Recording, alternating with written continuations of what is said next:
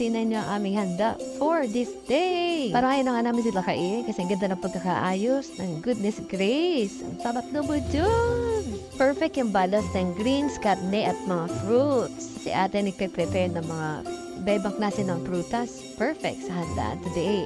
Ayan na, nilabel ko na ako ng mga nandiyan sa table. Tingnan nyo na lang. Ayan, yung mga ibang klase pa mga pagkain. Tapos, siyempre, yung mga prutas natin. Tapos, yung mga ciders. Tapos, meron pa dito ang mga mini ciders. Siyempre, nandito ka nalang malilamnam na kani, salad. At siyempre, yung cheese for all seasons. Lahat ng klase ng cheese nandito na.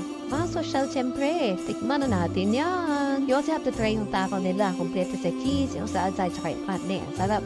Yan ba yung mga ibang pagkain na hindi ko na nakwento sa inyo. Yung mga dessert nila, super palalo rin lahat. Ang pasarap talaga ko. Kung gusto niyo ng service na hindi kayo mapapayat, kung gusto niyo mag-isa siya dahil yung celebration this season, mag-book na sa Goodness Grace. Binlis, try niyo na.